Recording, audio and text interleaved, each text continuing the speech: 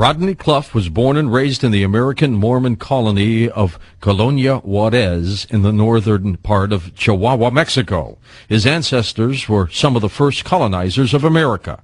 He traces his ancestry back to the Anglo-Saxon Vikings to the tribe of Ephraim of the House of Israel. Rodney became interested in the hollow earth theory while working on a New Mexico farm at the age of 16, where the farm manager's son told the workers about the theory. Years later, Rodney saw an advertisement for Dr. Raymond Bernard's book, The Hollow Earth, and thereby started many years of study and research that has culminated in his e-book, World Top Secret, Our Earth is Hollow, which is available on his website, which I'll tell you about in a sec. Currently, Mr. Clough works as a computer programmer analyst and continues his research into evidences for hollow planets as a hobby. Our special guest tonight on Coast to Coast. Rodney, how are you? Very fine. My pleasure. Boy, I've been wanting to do this topic for years, and I'm glad you're with us tonight, and appreciate the fact, even during a holiday season, you'd spend some time with us. Well, very glad to be with you. The story that you were told when you were working on the farm, can you relate that to us? Yes, when I was 16, with some colony boys, we got a job out on a New Mexico farm that was managed by my uncle's brother. And the guy that I was working with was an older fellow, also from the colonies. And one evening he told me that the farm manager's son had told him about this book that he had read, The Hollow Earth. Mm-hmm. And he commented to the boys that he thought it was an ideal place for the Lord to hide the lost 10 tribes. And that piqued my interest, and it just stayed in the back of my mind. And years later, when I saw this advertisement for the book, I sent for it. It was about 1974, around about there. And I started in earnest researching this subject ever since then. And I have come up with a substantial amount of scientific, scriptural, and historical evidence that supports the hollow earth theory. And you've supplied a graphic to our webmaster, Lex, which if everyone listening has the ability to get to their computer, we're going to be making some reference to it throughout the night.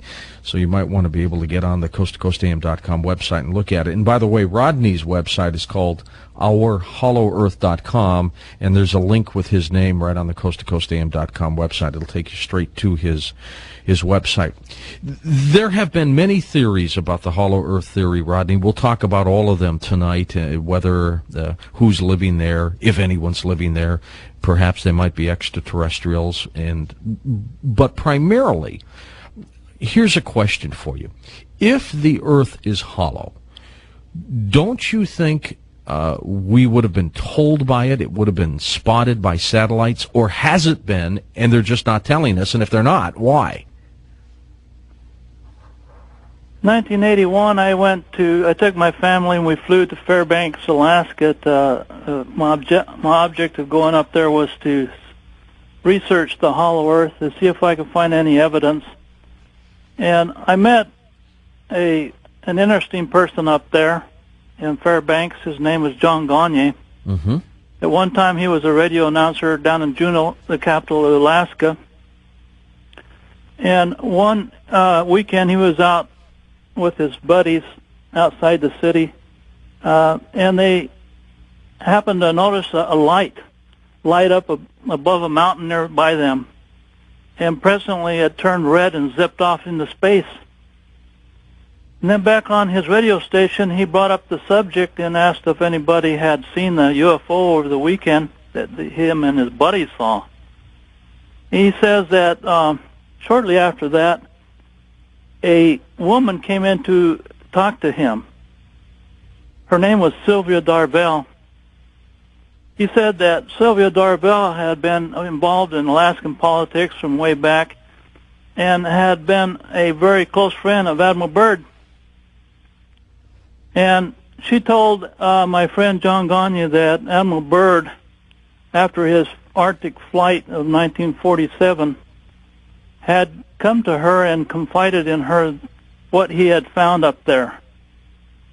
She said that Admiral Byrd flew past the ice, came to a continent covered with lush vegetation, saw a mammoth wandering along on the terrain below. She said that he says that they were presently sighted by flying saucer type craft that took control of his airplane and landed him near an inner Earth city.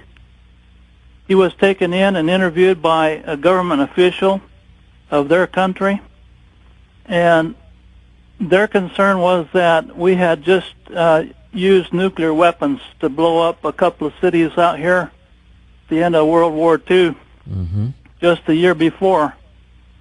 And the message that they wanted him to bring back to our government was that they opposed our use of nuclear weapons.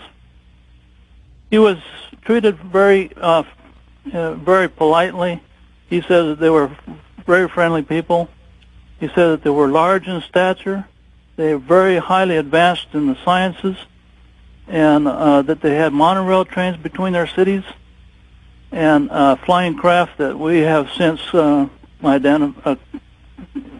come to call flying saucers.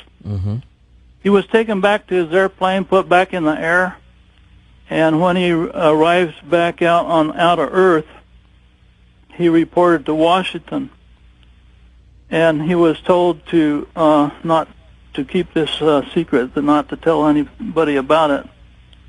But this story that Sylvia Darvell told my friend John Gagne has confirmed the rumors that we've heard down through the years that Admiral Byrd actually found something up there. And reportedly he put some of this in a diary, didn't he, Rodney? He did. He actually wrote a book, and he had it in bookstores, and the government agents confiscated them all.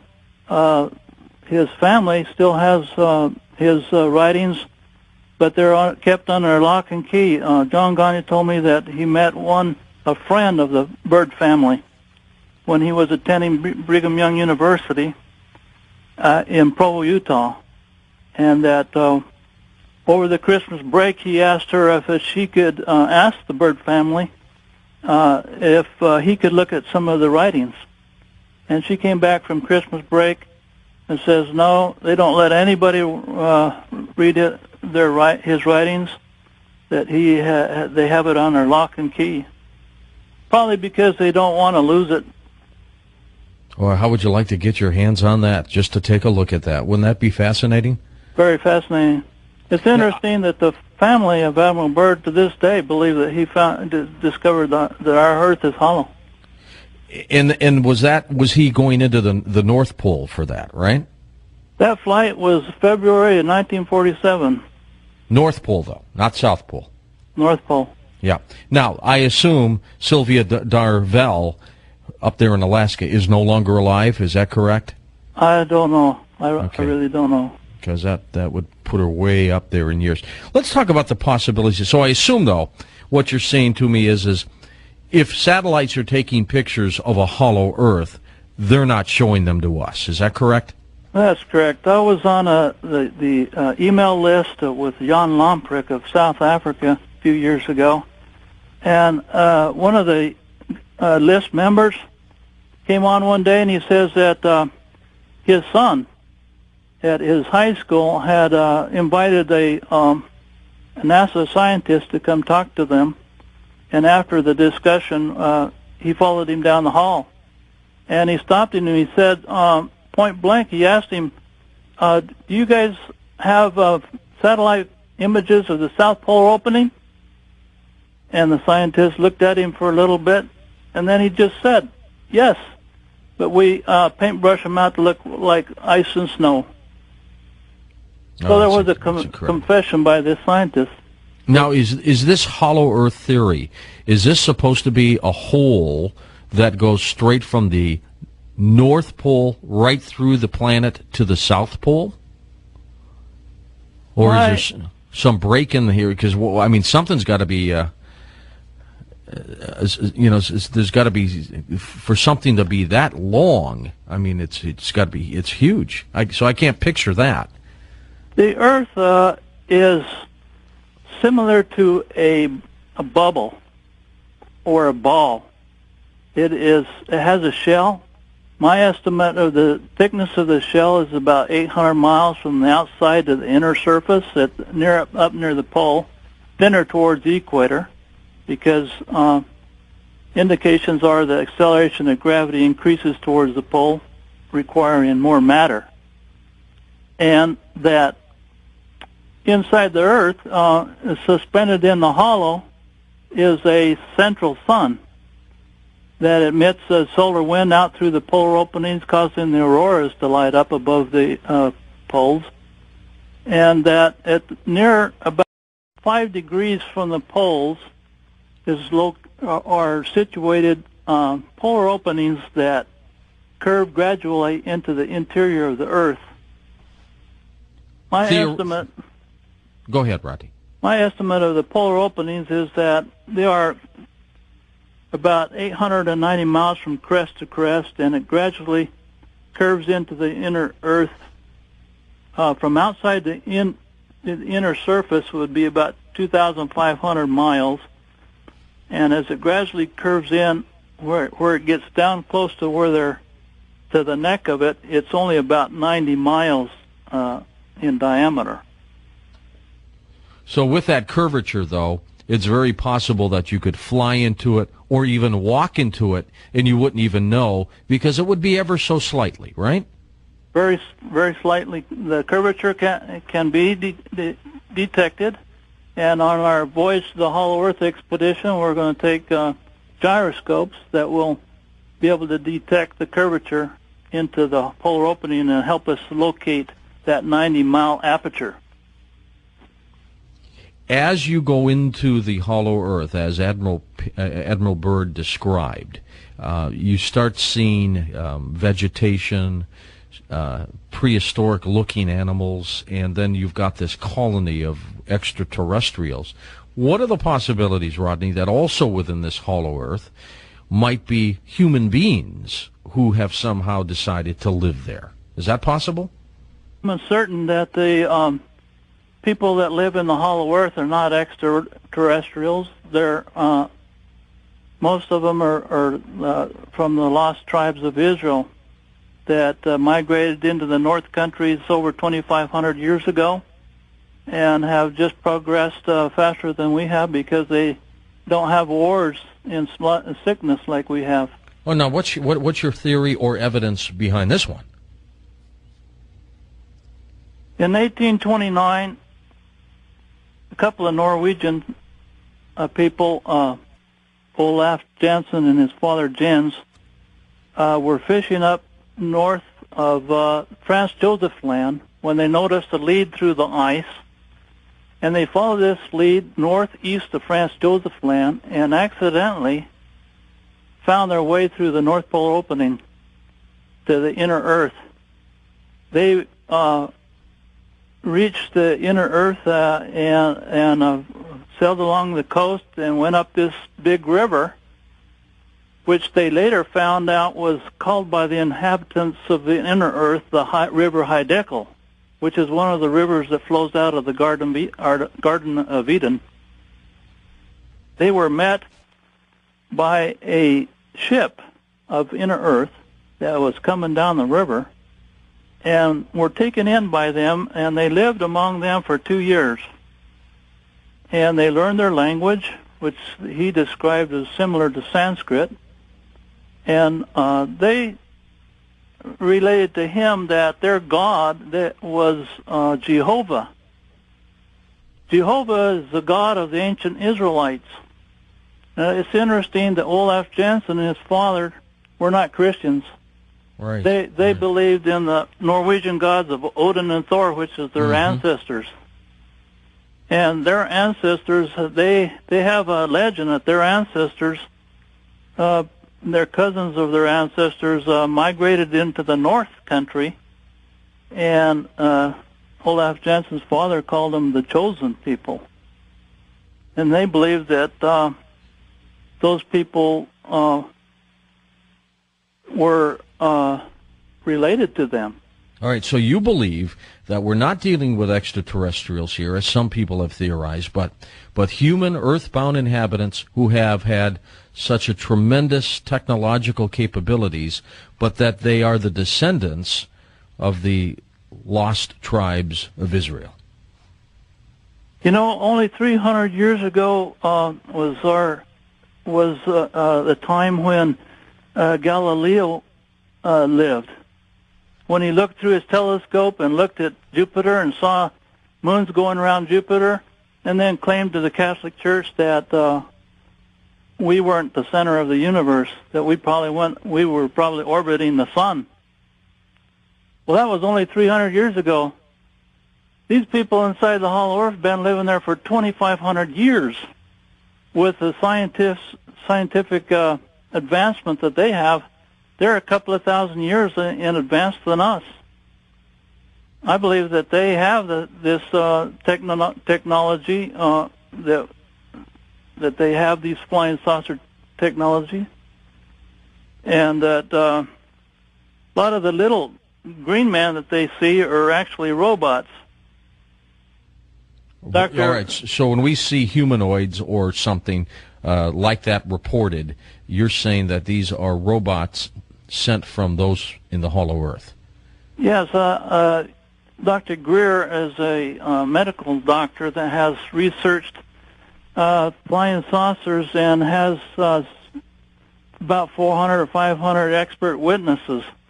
One of them said that they have dissected these UFO knots, that they have been able to down some of the flying saucers and dissect some of these UFO knots, and he describes that they have two brains. One is computer chips, and the other one is a human-type brain. And he says it doesn't have any sexual organs, no digestive organs, no vocal cords. They communicate with telepathy. My conclusion is that the inner Earth people have built these androids that fly their flying saucers out to reconnoiter the outer Earth.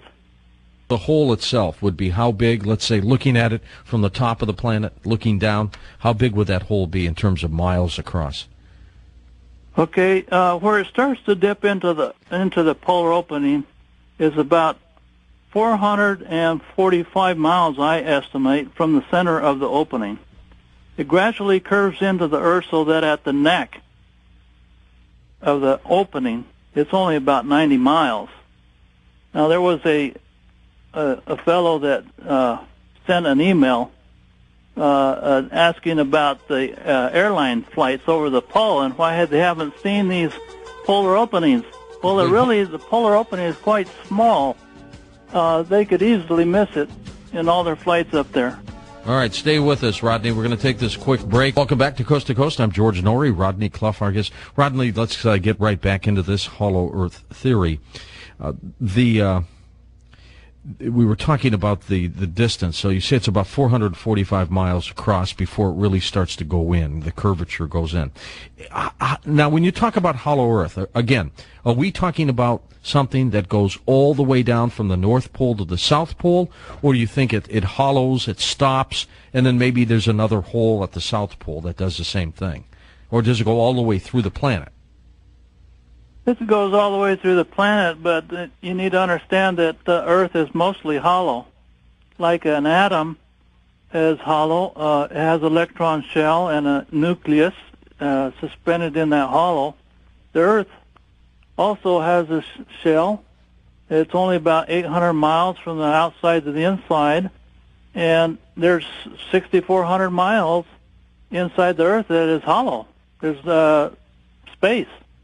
All right, if you were to be in the middle there, aside from the fact that you say there's a sun there, looking up, what do you think you'd see? What would you see? Rocks? What would it look like? If you're standing on the inner surface? Yeah, and just looking, I guess, toward the sides of the inside of the planet, what would you be seeing? Well, out on the outer surface, our Earth curves away so that you can't see past about 60 miles before the horizon dips below the horizon. Inside would be just the opposite, where the horizon gradually curves up, and Olaf Janssen described the sky as a purplishly color because of the other side of the hollow was also covered with vegetation. And, of course, directly above your head is the inner sun. Would there be clouds up there, in there? Oh, the atmosphere inside is is just like on the outside of the surface of the Earth. Most of the atmosphere is within the first 45 miles, but extends up to about 600 miles as it rarefies towards space. The same on the inside of the Earth. The air would only go up about 45 miles and on up to about 600 miles in a rarefied density. No, we had on this planet yesterday an 8.1 to 8.2 magnitude near Antarctica that affected even up to Tasmania, up near Australia, New Zealand. It must have been 6-7 miles deep in the ocean. How would that affect any inhabitants in a hollow Earth? I mean, do they feel our surface earthquakes or anything like that? Yes, the large earthquakes cause the Earth to vibrate like a bell, and a bell is hollow. So that right there is evidence that our Earth is hollow. Whenever there's a large earthquake, causes the Earth to ring like a bell with a period of about 54 minutes. You can find that right in your encyclopedia. And receive a lot of rebounds from the inner surface. And then on the other side of the planet, there is a shadow zone where very little of these earthquakes reach. This shadow zone is caused because of the hollow. The earthquakes don't pass through the hollow. Now, there are some people who believe the planet's only 6,000 years old. Others, as I do, believe that, of course, it's 4.5 billion years old. What's your thought on that? I believe that this Earth was born of other planets. The ancient astronomers, Chaldean astronomers, are reported, as recorded in one of Manuel Velikovsky's books, I think it was World in Collision, that the planet Venus was ejected out of the head of Jupiter, and for many years was a comet that went around the sun and came close to the Earth and caused a lot of the plagues of the exodus of the Israelites from Egypt. And that's Velikovsky's theory, so you do believe that about Venus?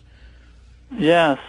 Okay. And there's also in our church there's some of the early leaders indicated that planets are born from other planets.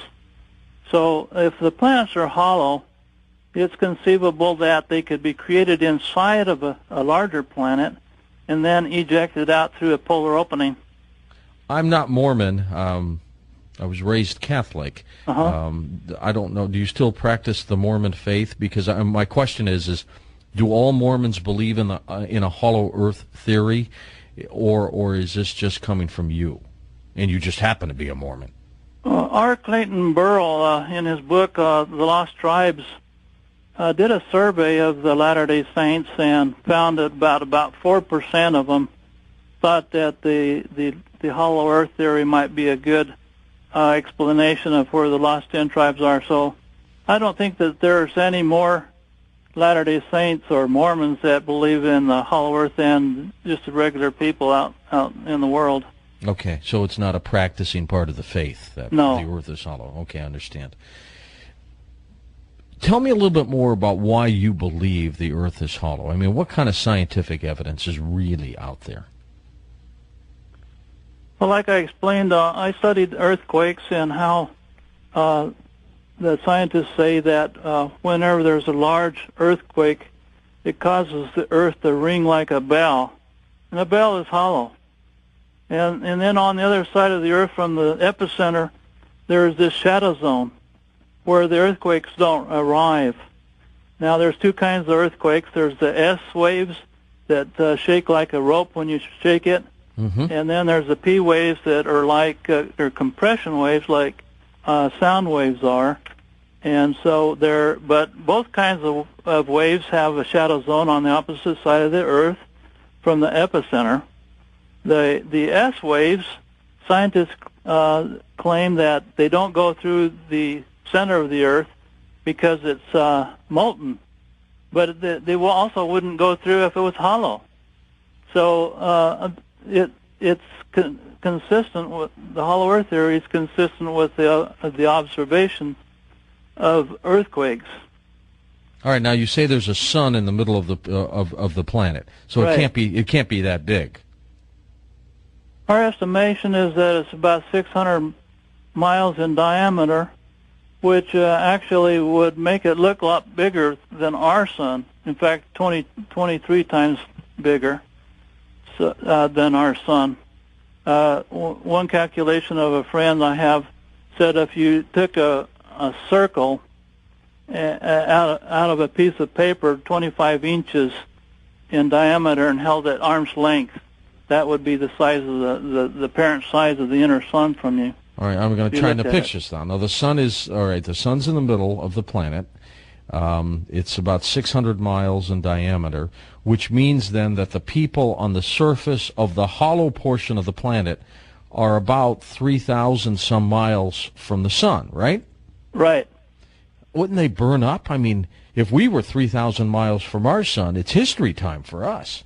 Yeah, but the inner sun is built so that it produces just the right amount of heat to produce ideal climate and temperatures on the inside surface of the planet. It's a paradise there. Olaf Janssen reported that everything grows bigger there. Trees grow to 1,000 feet tall. Even the people are from 7 feet to 15 feet tall. Oh my! Which, well, the Bible used to describe giants, so maybe they're descendants from them. Well, actually, I have evidence that Adam and Eve were at least 10 feet tall people. There was a apostle of our church that was out riding on his mule in the early days of the church, about over 150 years ago, and he was riding along, and he noticed walking beside him was this hairy being that he turned and looked, and it was looked like a Bigfoot. Mm-hmm.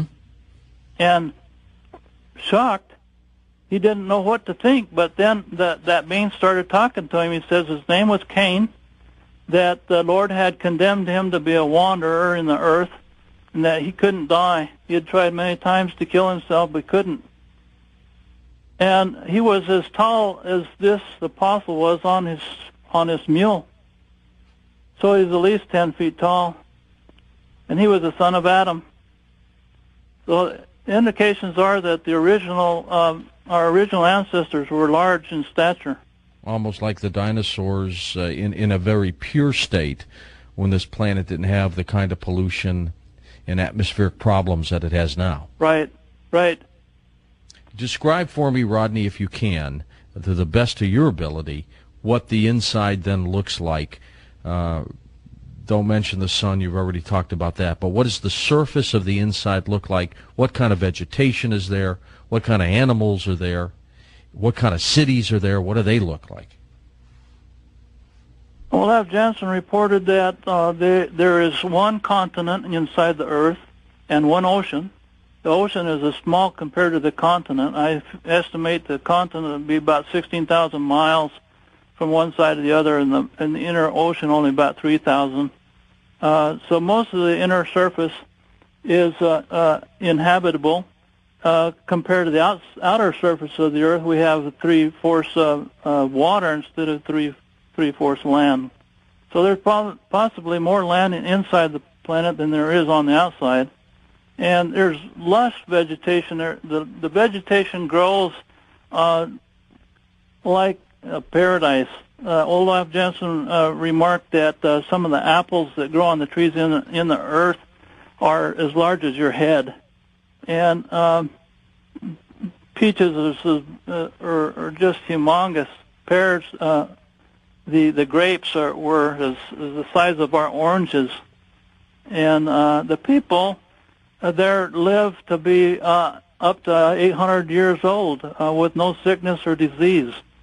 It's just a veritable paradise. After spending a year learning their language, he and his father were taken overland in the monorail train to their capital city, which is built around the original lost Garden of Eden.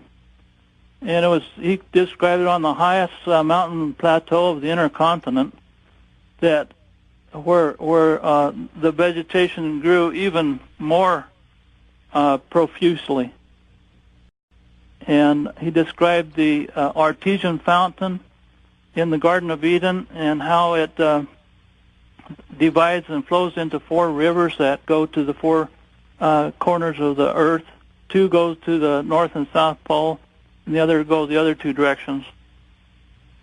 Are there other openings to get into the hollow earth?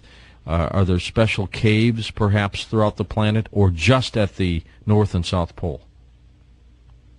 There are tunnels throughout the earth have been discovered, probably built by the antediluvian people that were quite advanced in the sciences and technology. There are caverns that go all the way through the earth. For example, the book Edidorpa, Hollow Earth researcher Bruce Walton from Provo, Utah, figured out that the I Am the Man guy in the book Edidorpa was actually a man named William Morgan, who had joined the Freemasonry Society back in 1827, around there. Freemasons come up again, huh? And that they threw him in jail on trumped-up charges of debt, and then stole him out of the jail, threw a body into a lake, and claimed it was him. But they had actually just kidnapped him and took him on a journey to the hollow earth through a communicating cavern. He described this entrance to this cavern in Kentucky, which I believe is probably the Mammoth Cave, which I understand they haven't found the end of it. And his book is, he came back several years later with this manuscript, and it was published. It's called Edidorp. It's quite interesting. He describes the earth as being hollow with a shell of 800 miles thick, and the conditions within the crust of the earth on his journey to the inner earth. There are a lot of people, Rodney, who believe this theory, aren't there? There are in the thousands, I would say, all over the earth, yeah, but probably no more than about 4% of the people. I want to talk a little bit about an expedition that is heading that way to look for the hole in the planet. We'll talk about that next hour. When I was a kid, I remember reading about what was called Shambhala, an area that people believed was a tunnel into the center of the planet. I remember reading Jules Verne's book, Journey to the Center of the Earth. Were those all talking about what you're talking about tonight, and that is a hollow earth? Yeah, Jules Verne's book is actually based on the exact same ideas that was reported by Olaf Jensen. His fictional book, Journey to the Center of the Earth, was about some explorers that descended into an extinct volcano in Iceland, and they went down into the inner world, and they came out into an inner surface where there was an ocean, a continent, and an inner sun giving off light and plentiful plant and animal life, and they even caught sight of some giant people tending a herd of mammoths.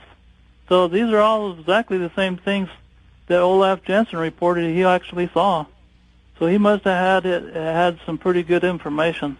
You were talking at the top of the break, right before it, about planes that would fly over the poles. Why can't they see the hole? Actually, they do. I have a friend that was flying in an he flies a lot, and one time he was sitting by this airliner pilot that was just sitting right by him as a passenger. All right. And he asked him if he had ever seen the polar opening at the North Pole, and and this airline pilot told him he had. So they just keep it between themselves, not to raise a suspicion, I guess, but people have seen the polar openings. We get a lot of reports of people disappearing, Rodney. Is it possible that they're being taken and yanked into the hollow earth? I don't think so. There's indications that our government has been knocking flying saucers out of the sky and back engineering these flying saucers, and have been building them underground, and they have been abducting people to try to do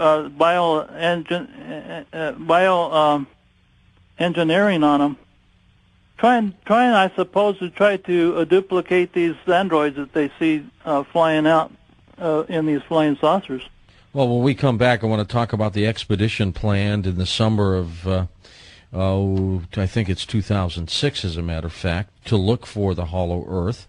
And also, let's talk a little bit more about the inhabitants of the hollow earth, Rodney, when we come right back.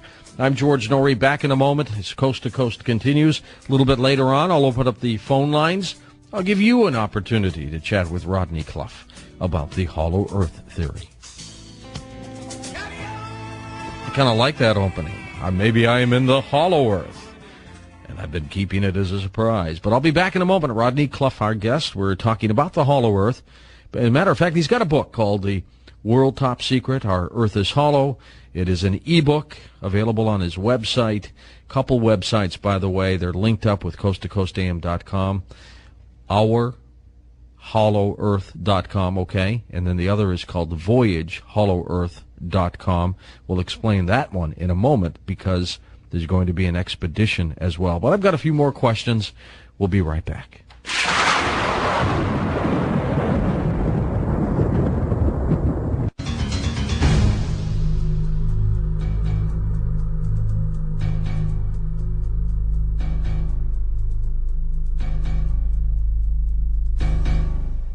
And welcome back to Coast to Coast. I'm George Norrie with our guest tonight, Rodney Clough.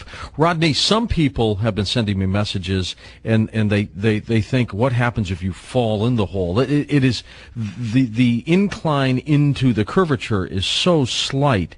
It's not like you fall in. You just walk in, or you fly in, or you come in. But, I mean, you don't fall into a hole, right? Well, this is a misconception that scientists have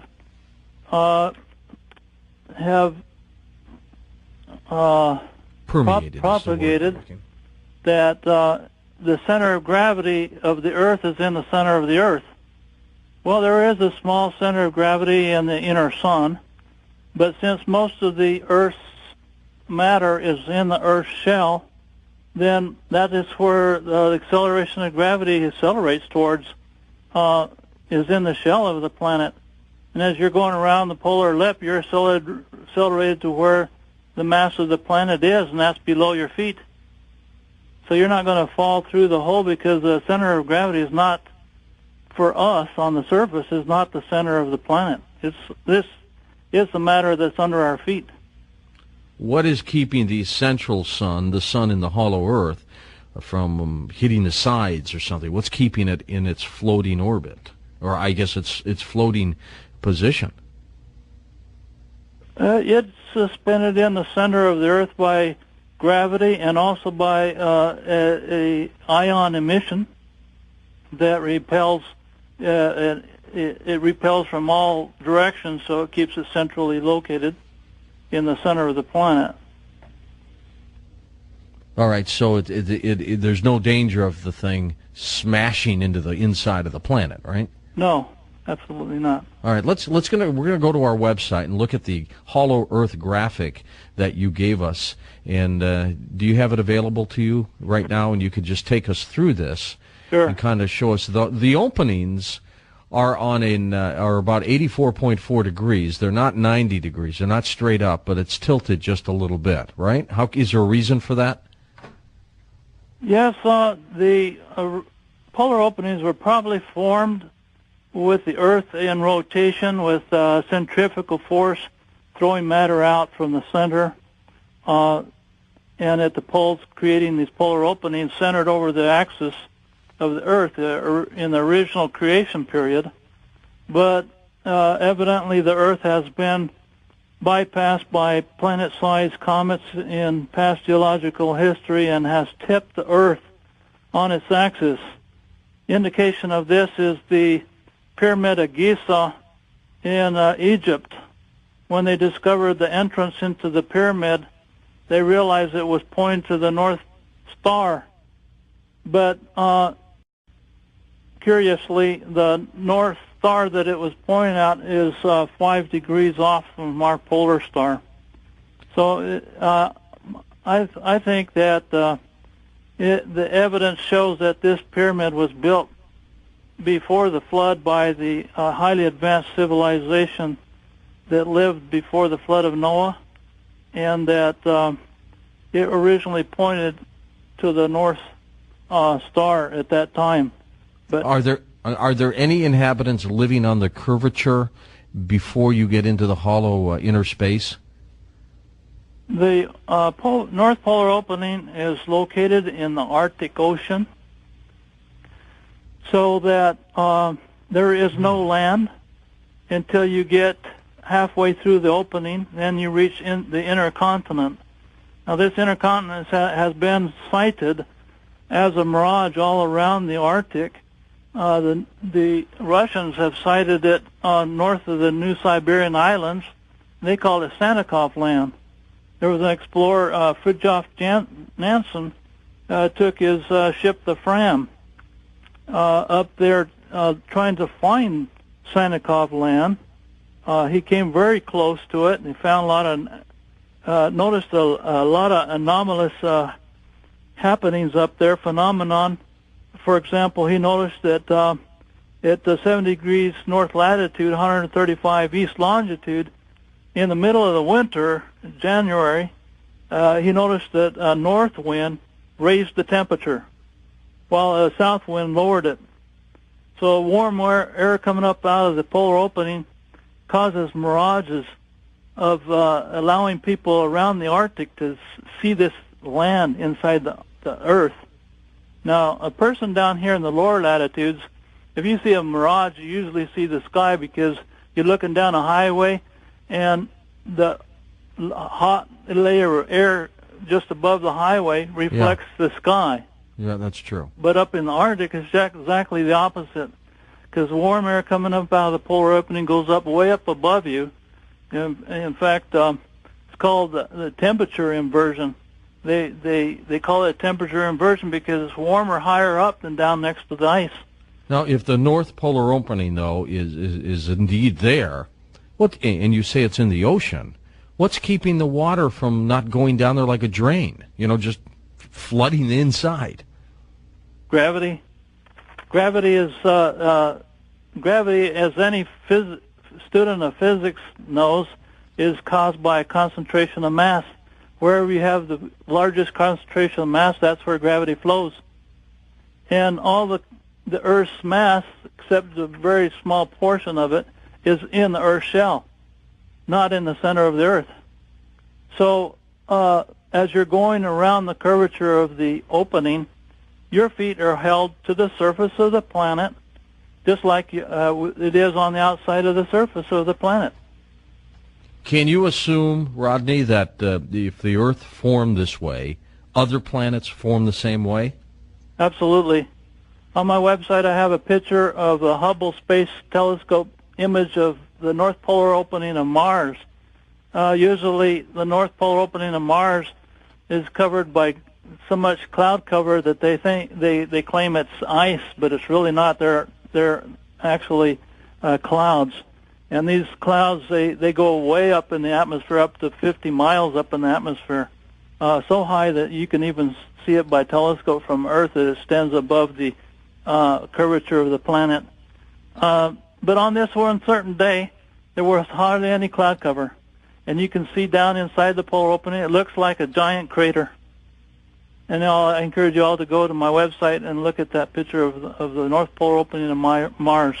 Now, astronomers have reported throughout history, and you can find records of this, that they have seen gleams of the inner sun shining out through certain times of the year, and certain passages of Mars around the sun, of the inner sun of Mars shining out through its polar opening. They have also seen it, gleams of light shining out from the North Polar opening of Venus. And Mercury, curiously, is rolling around the sun on its side with its polar opening pointing towards the Earth. And scientists, astronomers have seen this bright white spot in the middle of Mercury, wondering what it is. And all it is the polar opening of Mercury, and the inner sun shining out through it, and we can see it. All right, let's talk a little bit about this expedition that is planned. Exactly when is it planned? Steve Curry of the Expedition Company of Provo, Utah, contacted me about a year ago. He's of my same faith, and so he wanted to work with me and asked me if anybody had been planning an expedition to the Hollow Earth, and I said, yeah, there's been several people. Jan Lomprek of South Africa, when he was writing his book in 1998, was planning an expedition, but never got off the ground. There's also the International Society for Hollow Earth, people that were planning a reflight of the Admiral Byrd flight, and I haven't heard that they've been able to get that off the ground. But Steve Curry has been taking satisfied explorers all around the world for over 30 years, 250,000 people he says he's taken, mainly river rafting, and he wanted to know if we could put together an expedition to the Hollow Earth, and wanted to know where I thought the most likely location of the North Polar opening is. And so we went up to Provo and visited with him, and we put together this expedition. Steve has chartered a Russian nuclear icebreaker called the Yamal. It has and he, by the way, is a very experienced expedition organizer. He's been doing this for 250,000 people over the last 30 years, right? He's been taking people all around the world on expeditions to China, to Tibet, to South America, to Russia, all over the world. In fact, in his expedition down the Zompel Gorge in Tibet with Steve Lindgren, who is one of the most famous explorers in the world today, they found hidden falls in about the year 2000 over in Tibet. And he was talking with the Tibetans, and they told him that behind this hidden falls is a cavern that goes to Agartha, which is their word for Hollow Earth. And according to their legend, many years ago, the king of the inner world came out through this cavern and told their ancestors that someday their people would emerge to outer Earth to help establish world peace. This reminded Steve about his father had told him when he was a boy of 15 years old, when his father organized the Expedition Company. His father had just read apparently Raymond Bernard's book, The Hollow Earth Again, and told his family that he would like to go to the North Pole to find the polar opening. Well, they thought he was a little bit off his rocker. Didn't put much credence in what he was saying, but he did put together this highly successful expedition company. But once the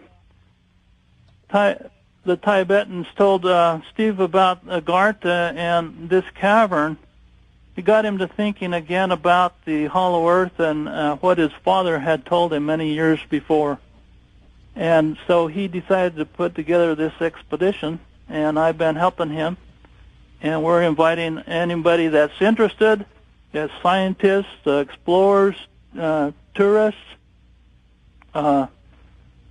This ship, the Russian nuclear icebreaker, is one of the most powerful ships in the world, 70,000 horsepower. It cuts through the Arctic ice like butter.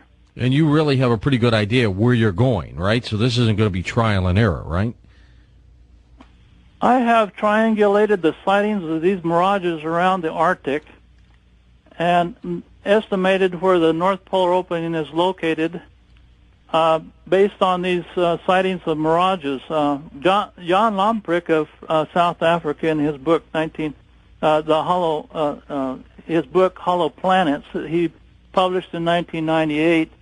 I helped him a little bit on proof in his book and given him some suggestions. But he did an excellent analysis of these mirages sighted around the Arctic.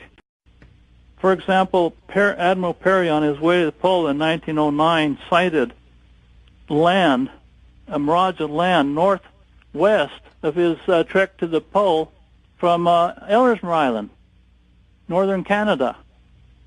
Now, there's a whaler named Captain Keenan that sighted this same mirage of land northwest of Harrison Bay, Alaska.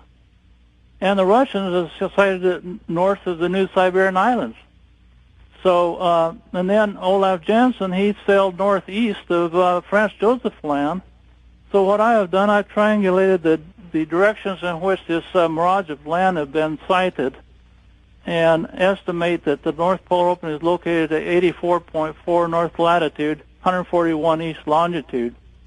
And we are taking these gyroscopes that will help us to detect the dip into the Earth as we start to go into the polar opening so that we can find the 90-mile wide neck.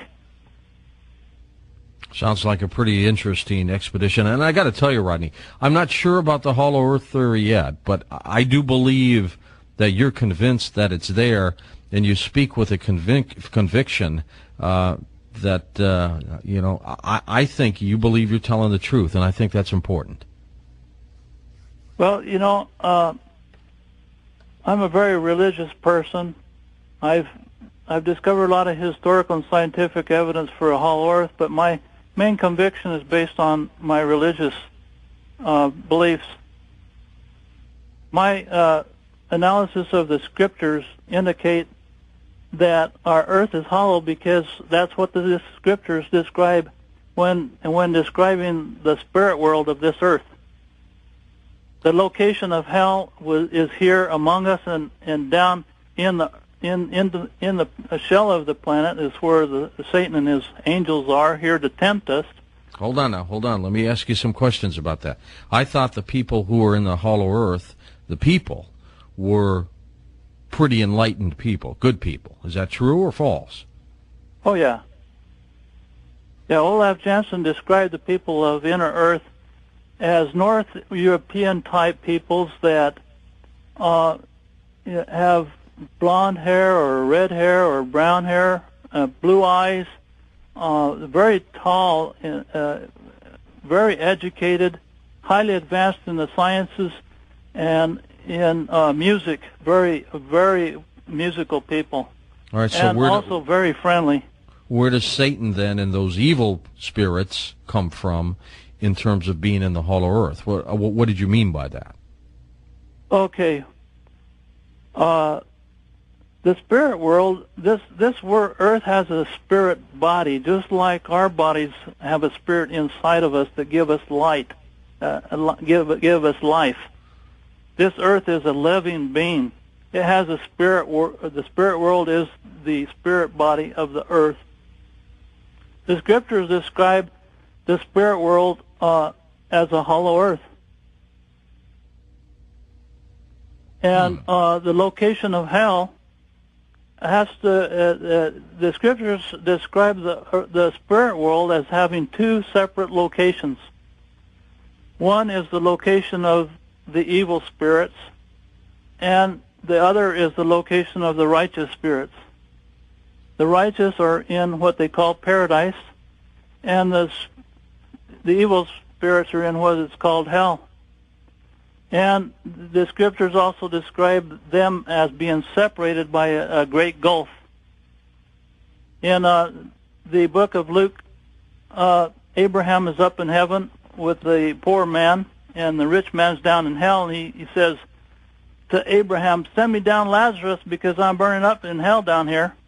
And Abraham says, "I can't, because between you and us there is placed a great gulf that makes it impossible for us to go there and you to come here." Well, I've always believed that the planet is alive. I think it heals itself. It fights back to heal itself. I've never thought of it, though, as having a spirit like we have it, though. Its spirit, our spirit, the spirit of our bodies looks just like us, but it's made out of an etheric substance that is very thin, okay, but is also eternal. It will never die. 2 years ago, Art interviewed a fellow by the name of Dallas Thompson, who was a hollow earth researcher. He was planning on journeying to the center of the earth in a mini helicopter, believing that he would be able to travel by a hole in the South Pole through the hollow earth and out through the hole in the North Pole. He claims that the holes into the hollow earth really exist and that monks regularly travel through the holes in order to visit a Tibetan village called Shambhala. Are there other people, Rodney, though, that are trying expeditions or want to do what you are doing?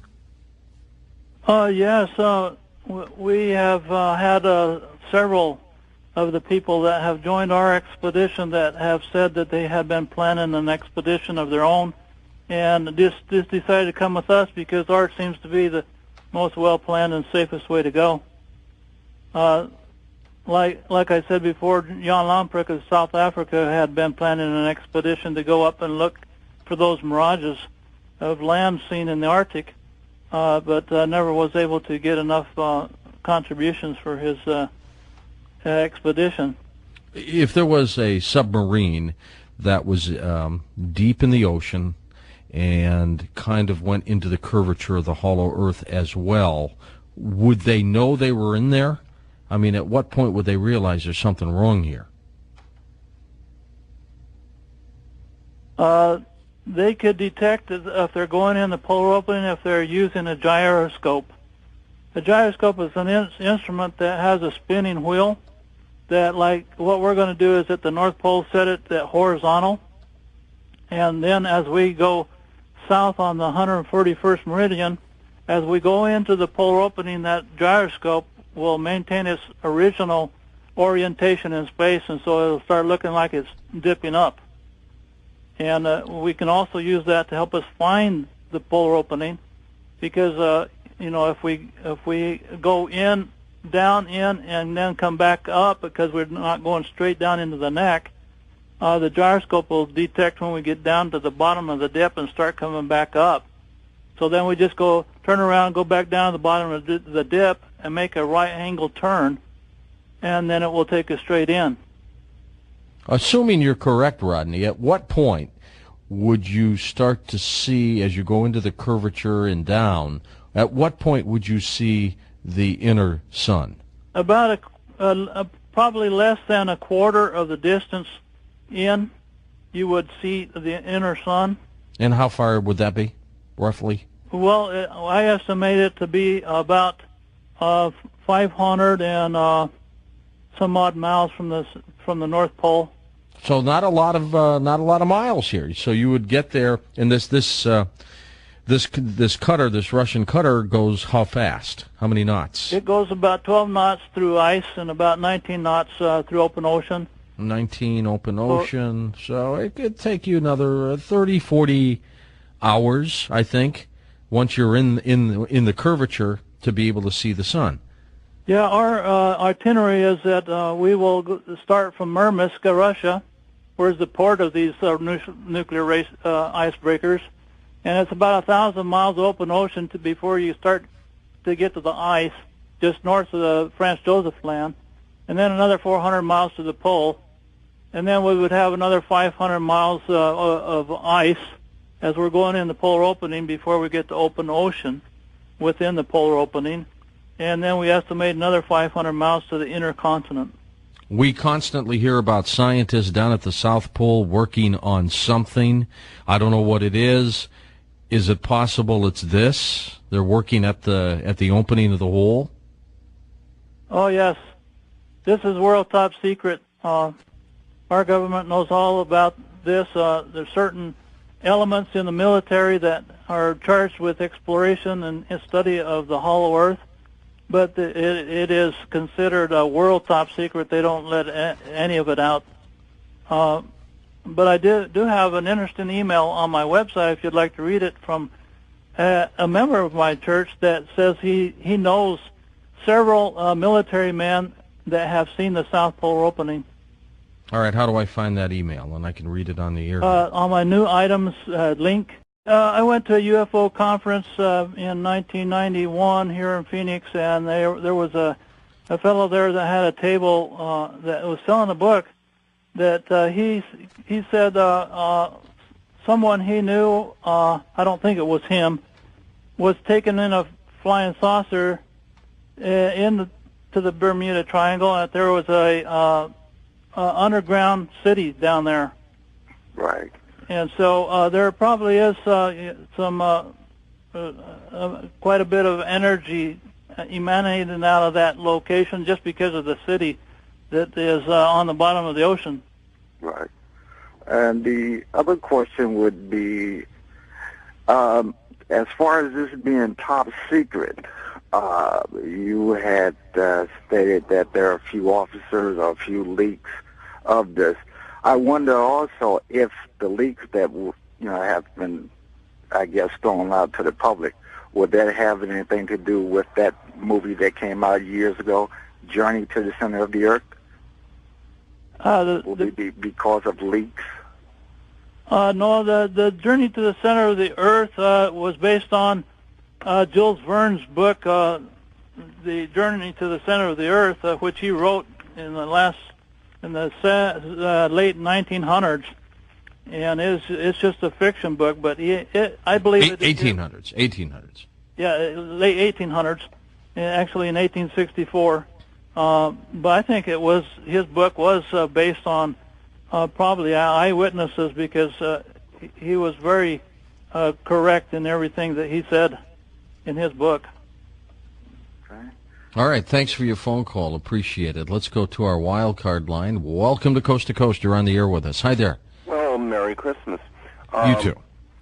Let me throw out an alternative hypothesis that may explain some of the phenomena. I think your guest is onto something, but I'd like to run an idea by him. And You got it. Let me introduce myself a little bit. I'm a 47-year member of the Royal Astronomical Society of Canada, vice president of the Baton Rouge Astronomical Society, and I was arts guest for 3 solid hours a year ago on November 8th, 2003, in regard to my book, The Universe and Multiple Reality.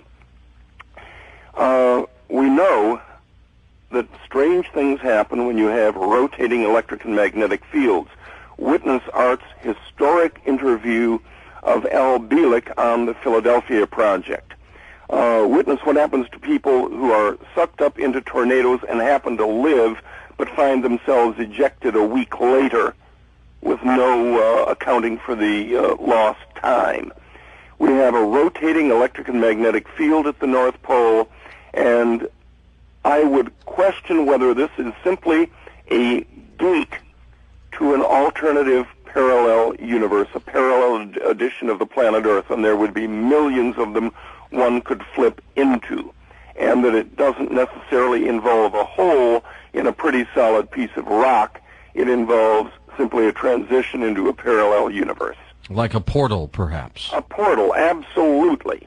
Absolutely. We're talking parallel universes and multiple reality, as in my book, The Universe and Multiple Reality. And I, too, have a website, if I may mention it. Sure, because I got to believe you're Professor Franks, by the way.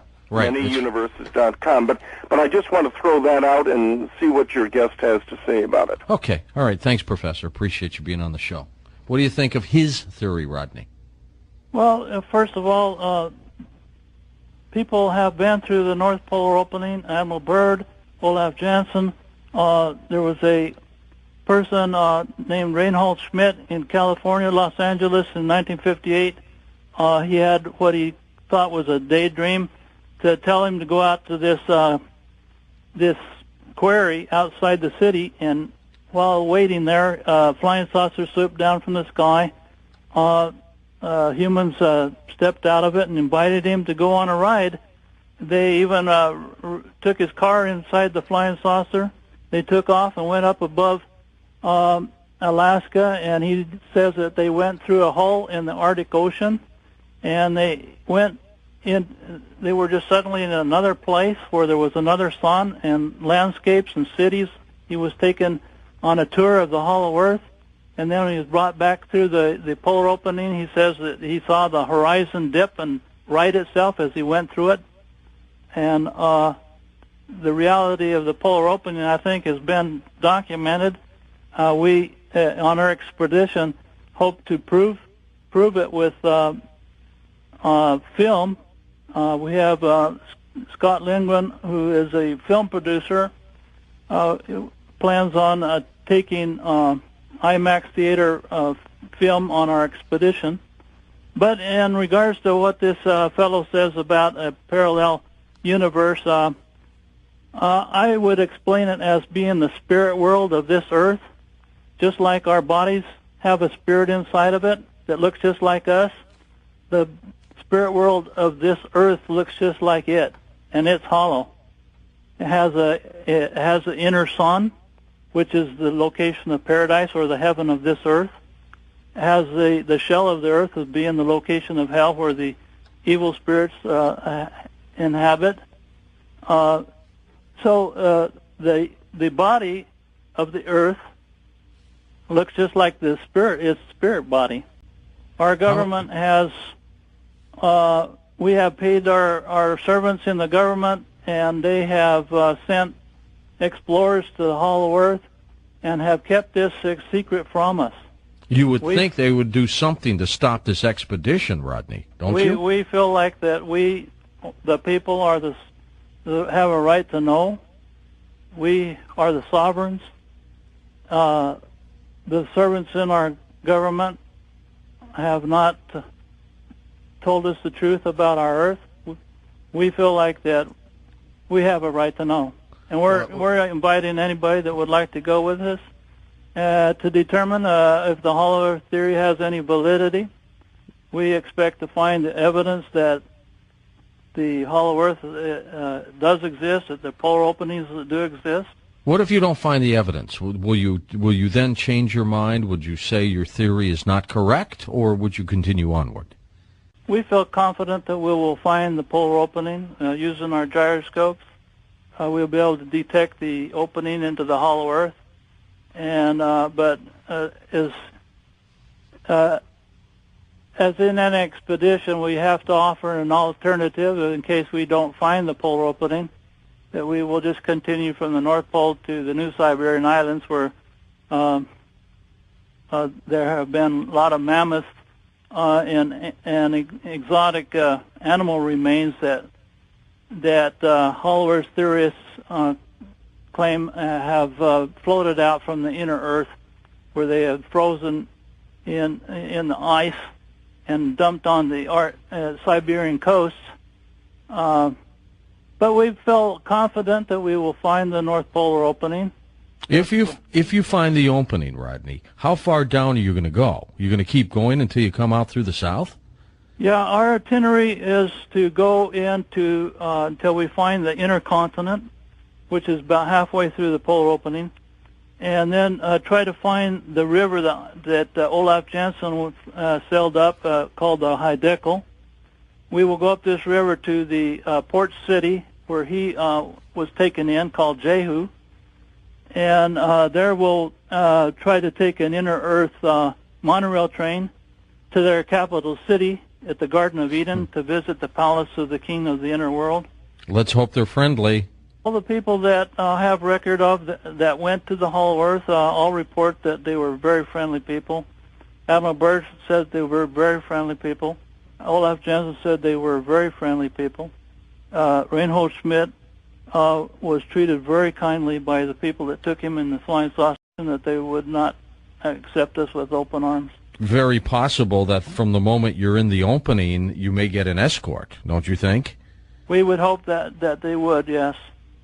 This email, by the way, that you had told me about is from a first name Jack, who said he spent 20 years with Special Forces in the Navy, and he said that he knows of several high-level officers who have told him of secret studies, this is his email, of scientists going down in the hole working with tribes there.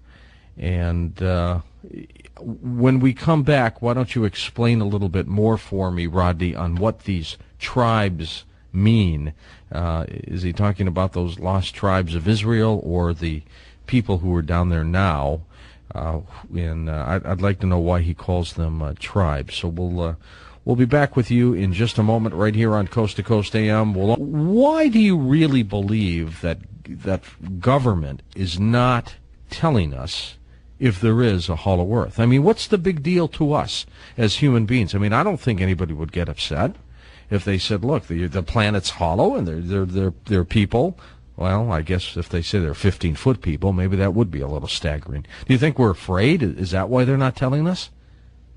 Yes, they're very much afraid. In my research, I have concluded that the lost 10 tribes of Israel are in the Hollow Earth, that their king sits on the inherited throne of David, which the Lord promised to David in the Bible, that there would always be a son that would sit on his throne over the house of Israel.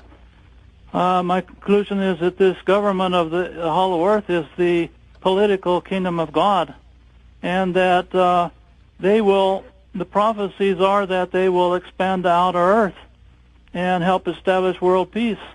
Well, I hope somebody does. Those people that are controlling our government are the super rich internationalists, the bankers that make tons of money off in all these wars that they have been sending our children around the world fighting just to make them rich. And our government has been borrowing trillions of dollars from their private bank called the Federal Reserve, and we're very close to bankruptcy. Ever since the Rothschilds set up the central banks in Europe in the 1700s, he had a plan of how to collect on governments that wouldn't pay up or went bankrupt, and that was to use the interest money to build up an enemy. George Washington had a vision during the years at Valley during the winter at Valley Forge. He had three. In which an angel appeared to him and showed him the future of the United States, that we would pass through three great trials in this country. And the first one was the Revolutionary War. The second was the war between the states. And then he says at the end of the age, the whole world would attack us, and we would be fighting them on the streets, defending our country. Well, I think this is all going to happen because our country is going to go bankrupt, and the international bankers are going to try to repossess us. This war will nearly destroy our country. What does this have to do with the Hollow Earth, though? Well, once our country, our government is destroyed, and the governments of this world are pretty much destroyed by this coming war, the kingdom of God will expand from inner earth to outer earth. Well, we'll find out as soon as you get in there. If you're going in 2006, when do you expect to come back? Well, our itinerary is for 20 days. That we estimate 8 days to the pole and about 4 days to the inner earth, and then we'll spend about 4 days in there, and then the rest of the days coming back out. The magnetic field of the earth is evidence that the earth is hollow and has a solid core. and that even the sun has been noticed to have a very strong magnetic field. And scientists, I found an article in Scientific American in which they did a study proving that gaseous planets or stars, they have this dilemma because a gaseous star could not produce a magnetic field. The magma-filled Earth concept of science would be unable to create the magnetic field of our Earth. The reason how our Earth has a magnetic field is because the inner sun is a crystal ball that rotates at a different speed from the shell and has a electric charge, as well as the shell of the Earth has electric charge. And these two charges rotating about each other creates this magnetic field. And I did a recalculation of all the gaseous planets, including the sun, that if they are hollow and have a shell that's 10% of the diameter of the planet, they would all be solid. My calculation for the density of the sun is that it's 2.6, which indicates that it is a crystal ball. Now, the spirit world of this earth is divided into two places. Christ told the thief on the cross, "Today thou shalt be with me in paradise." He told the Pharisees that where paradise was. He says, even as Jonas was 3 days and 3 nights in the belly of the whale, even so shall the Son of Man be 3 days and 3 nights in the heart of the earth. In Ephesians chapter 4, it says, before Christ ascended into heaven after his resurrection, he first descended into the lower parts of the earth. So this earth has two parts. One for the righteous spirits of men who have died and lived a righteous life. They are taken to paradise. That location in my study is the inner sun. Olaf Jansen was told by the inner earth people that the inner sun is the throne of Jehovah, their God. I did a study of the book of Genesis, in which it talks about the light that lights up on the first day of creation, and God calls it the firmament or the heaven. The heaven is singular. It says, in the beginning God created the heaven and the earth. That heaven, is the inner sun. Rodney, I read an email before the break that talked about scientists claiming that they were aware of this, according to the email, but they mentioned that they had met the tribes. Now, what were they talking about? The same thing that you've been talking about? Yes.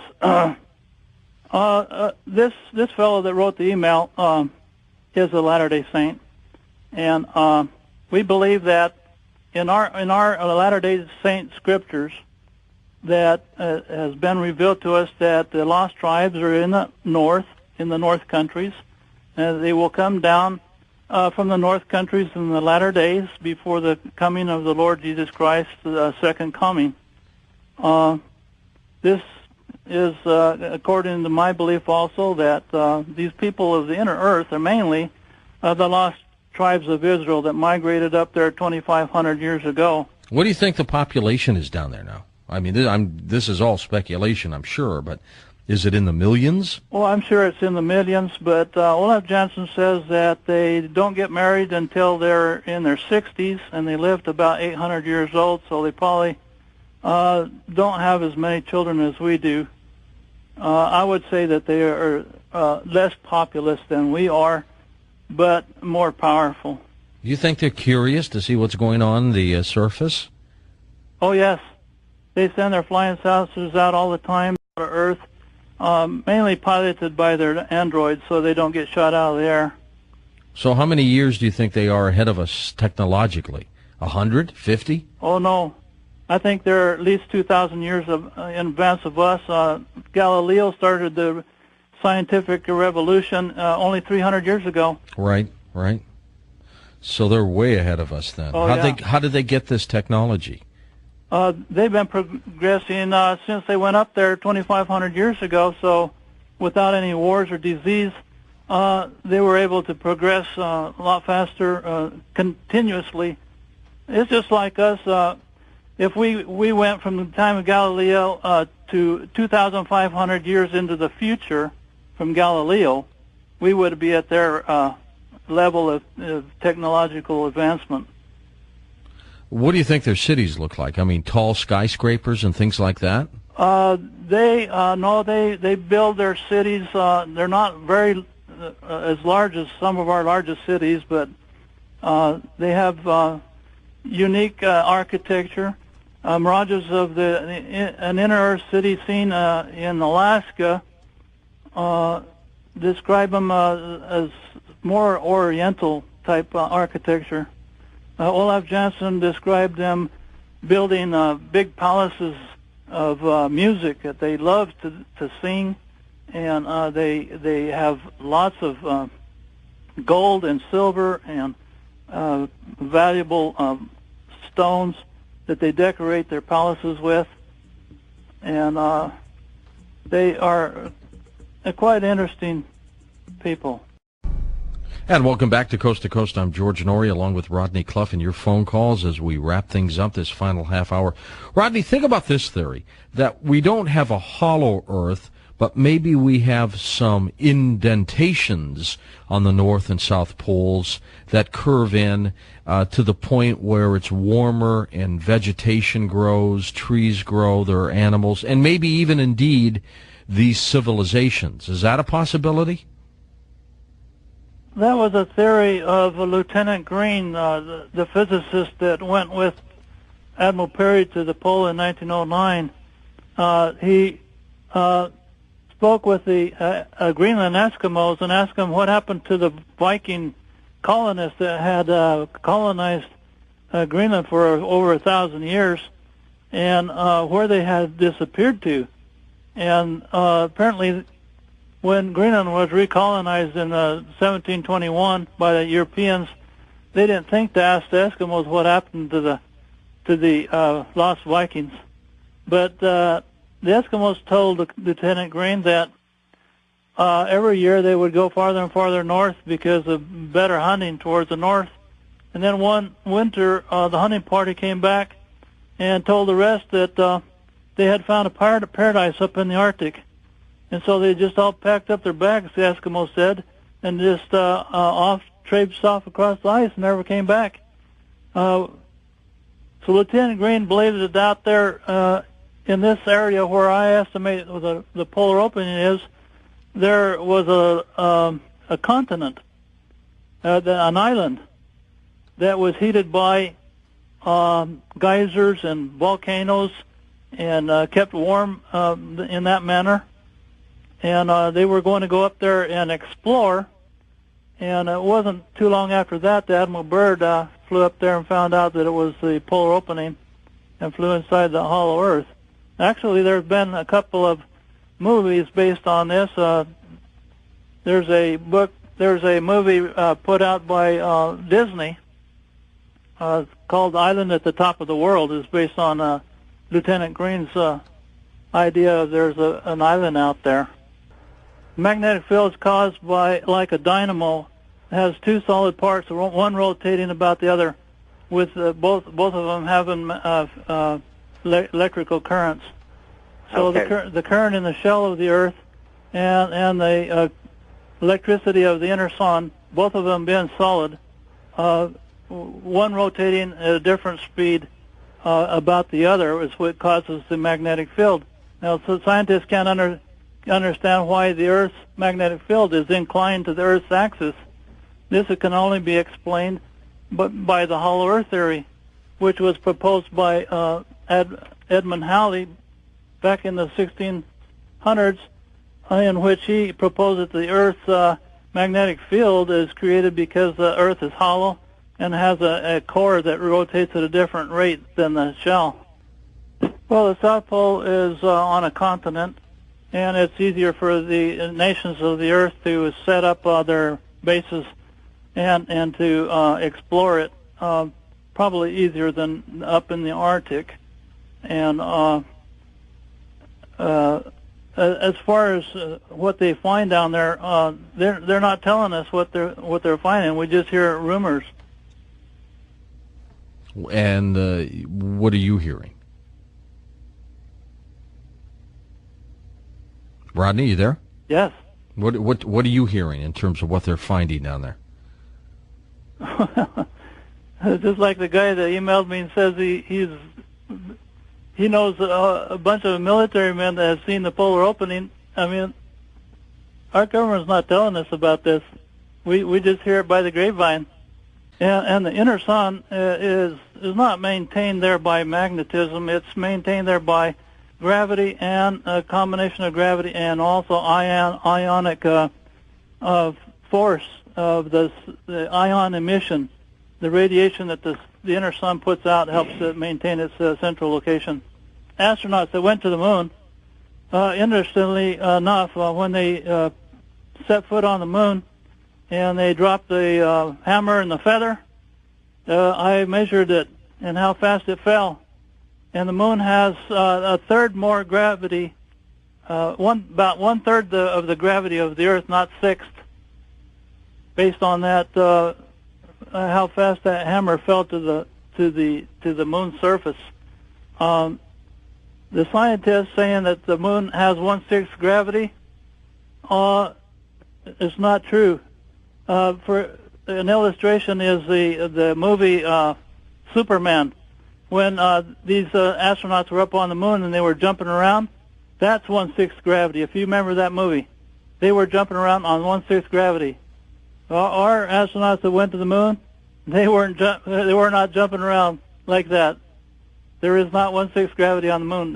The moon is actually hollow also, and the astronauts left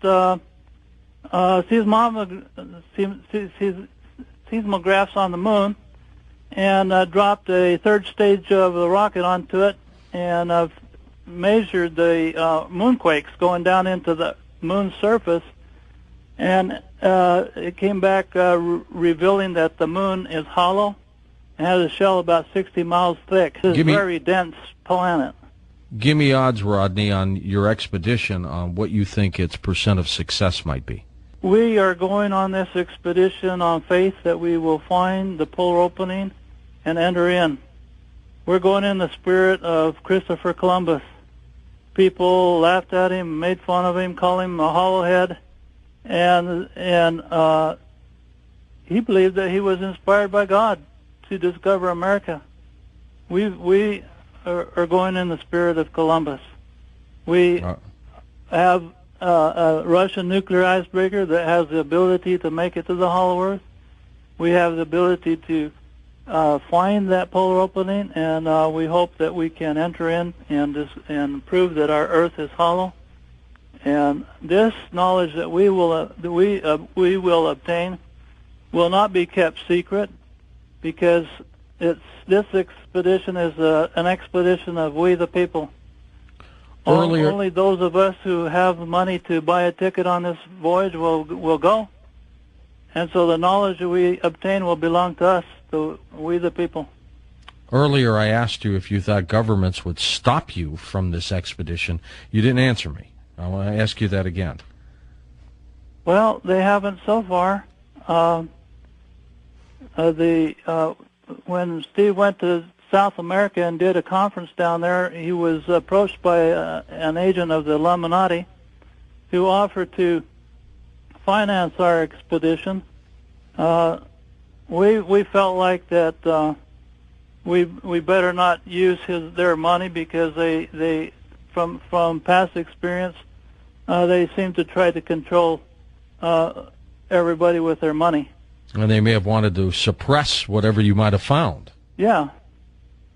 So this expedition is going to be financed by we the people, and we will invoke the protection of the Lord and hope that we can have His protecting care and make a successful journey. And we'll expect your satellite phone calls for daily updates, all right?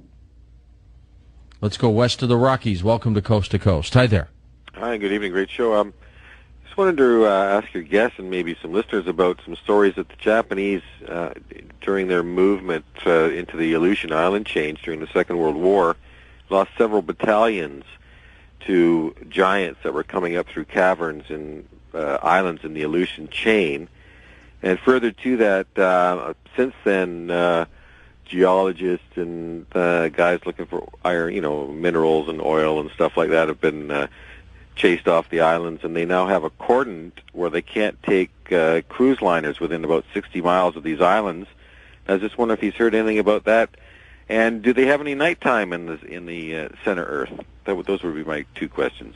Okay. No, I haven't heard about these giants in these caverns, but yeah, my evidence indicates that there are cavern cities within the Earth where people live and have lived for centuries. We don't know too much about them. We just hear we hear rumors about people living in caverns within the Earth. Now, as regarding the inner sun, Olaf Janssen described the inner sun as being divided between its day and night sides.